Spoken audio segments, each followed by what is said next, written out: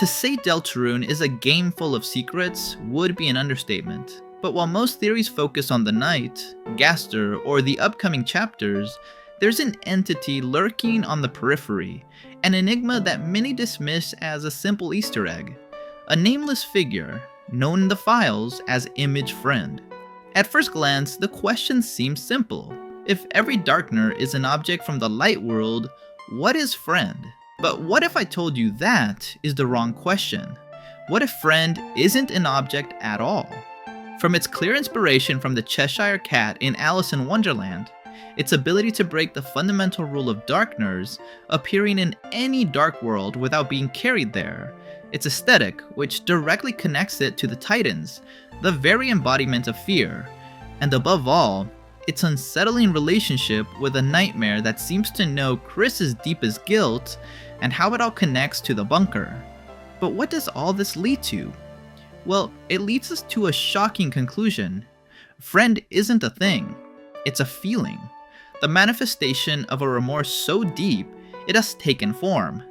And to understand how this creature is the key to deciphering Chris's darkest secret, we must first analyze every time it has shown itself to us, every one of its Chapter 1 sightings. Image Friend is one of the most enigmatic elements in all of Deltarune, and ironically, it can't even be considered a proper character, at least not yet. We don't know its origins, its motivations, or even the slightest reason for its existence in the game. All we know for sure is that it's there, and it has sparked immense interest among players who are desperate to understand what or who it really is. In Chapter 2, Friend makes its first appearance in the basement of Queen's Mansion during the Spampton Neo side quest. While exploring the leftmost room, there's nothing there at first, but upon returning, the door is gone. In that moment, Friend watches Chris from the shadows, completely still, before vanishing. In Chapter 3, during Ralsei's monologue about how Dark Worlds function, Friend briefly appears in a form reminiscent of one of the amalgamates from Undertale. It laughs, and then jumps violently at the screen. It also makes an appearance in the secret minigame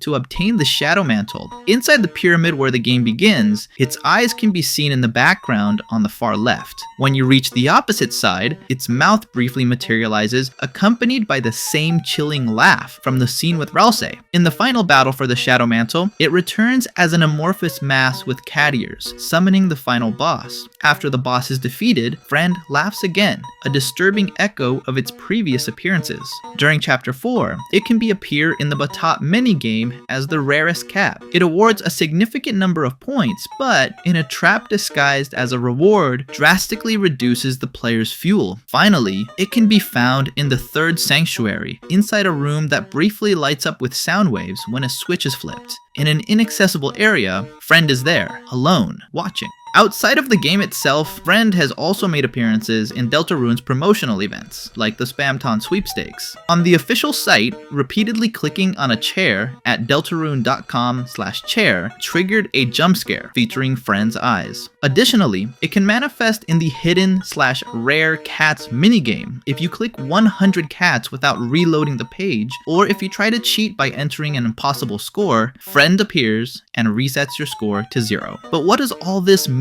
on its own? In reality, not much. It's no exaggeration to say that when it comes to Friend, all we can do is speculate and build fan theories that, in all likelihood, including this one, will never come to pass. Still, that doesn't stop us from imagining and sharing ideas. And that's because Deltarune, unlike what the episodic format of many other games might suggest, is surprisingly direct about the kind of story it wants to tell. What I mean is, unlike other works that seem to rewrite their narrative as they develop, Deltarune maintains a thematic coherence. Replaying the chapters doesn't feel like exploring isolated stories, but rather like experiencing pieces of a well thought out whole. Because of this, it's more feasible and even more stimulating to speculate about what's happening within the game itself. So why do I mention this? Because for this theory, I will focus exclusively on in-game content. Although there's additional material outside the game, like the Spampton sweepstakes page I mentioned, Toby Fox has clarified on several occasions that this content isn't necessarily canon. In hindsight, hindsight, many of these extra tidbits seem more like foreshadowing than anything else, teasers for what we would eventually see in future chapters. With that in mind, and remembering that Deltarune is a story with defined messages and themes, let's ask the big question again. What is friend? Or more accurately, what does friend represent within the lore? First and foremost, the true introduction of Image Friend as a narrative element occurs when Rouse in Chapter 3 explains in greater detail what a Dark World is and why, as a Darkner, he cannot leave his domain for the Light World. According to his explanation, a Dark World is a distorted vision of reality seen through the prism of shadows. When the light begins to fade, a chair might look like a monster, a poster might seem to move, but when darkness consumes everything, you can no longer see anything. Unless, of course, the darkness itself grows darker, yet darker. Only then, perhaps, might you begin to see things again, to feel them, to hear them, and it is precisely at that moment that friend appears. It's curious because if you pay close attention, the first thing shown on screen is its body, a silhouette immediately reminiscent of an Undertale amalgamate. This body emerges just after Rouse mentions what would happen if the darkness grew darker yet darker. It's not until he says you might start to feel things that friend's face appears on that body. Deltarune.com/chair was already subtly hinting at what friend is, at least as a concept. The page shows us a chair that when interacted with reveals its Dark World version. If clicked repeatedly, friend's eyes appear, implying that friend is part of a Dark World. This scene makes it quite clear that friend is, at least in theory, a Darkner. The big question is, what object, if any, does it represent? And I put special emphasis on if any. The only thing we really know about its form is that it resembles a cat. What we don't know is whether this amorphous appearance is its original shape or if it lacks the defined form altogether, merely consisting of a colossal smile and two different colored eyes. An entity that, in each of its appearances, adopts a vaguely feline figure because it's the one it prefers. And that image is friend's most recognizable feature, a wide, floating smile and a pair of eyes, one pink, one yellow, shining in the dark. Where have we seen something like that before? The Cheshire Cat from the classic Alice in Wonderland is probably the first thing that comes to mind, and for good reason. It's not just because its presence is often reduced to a large grin and a pair of eyes floating in the gloom, but because the work itself shares many similarities with Deltarune. Alice in Wonderland begins with a bored girl sitting next to her sister who is reading a book with no pictures. Suddenly, Alice sees a white rabbit who talks to himself and carries a pocket watch, lamenting that he's late. Driven by curiosity, Alice follows him and falls down a deep rabbit hole, thus beginning her journey into the surreal, subterranean world of Wonderland. And while there are multiple ways to interpret that story, the most popular is that it's all a metaphor for personal growth, a coming-of-age journey told through a fantastical dream, born from a childish desire to find something more imaginative and magical than, say, the aforementioned boring book. In that world, filled with strange characters and absurd situations, one of the most memorable is the Cheshire Cat. This peculiar feline appears when Alice is lost and looking for directions, and while he doesn't offer clear answers, he does deliver phrases full of double meanings that guide her in an abstract way. One of his most famous lines is, "If you don't know where you're going, any road will get you there." He has the ability to appear and disappear at will, often leaving behind only his grin suspended in the air and darkness. He also mocks the rules of Wonderland, claiming that everyone there is mad, including himself. And although he might seem like an irrelevant character, upon revisiting the story, it's clear that the Cheshire Cat actually serves as a cryptic guide. He acts as an observer who doesn't intervene directly in the plot, but whose presence is important for completing Alice's journey.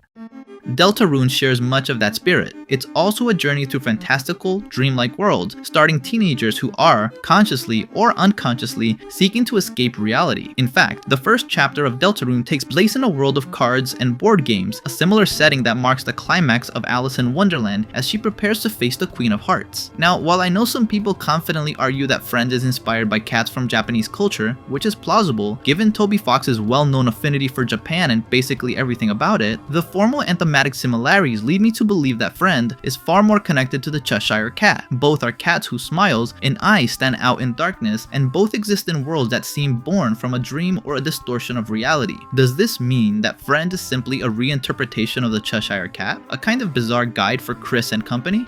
No, while the similarity to the Cheshire Cat is clear, Deltarune follows very specific narrative rules that are not present in Alice in Wonderland. We can say there was an inspiration, but for Image Friend, it seems to be just that, a reference, not a direct adaptation. Therefore, we must return to the previous question. Is Friend an object from the Light World? What is its true identity?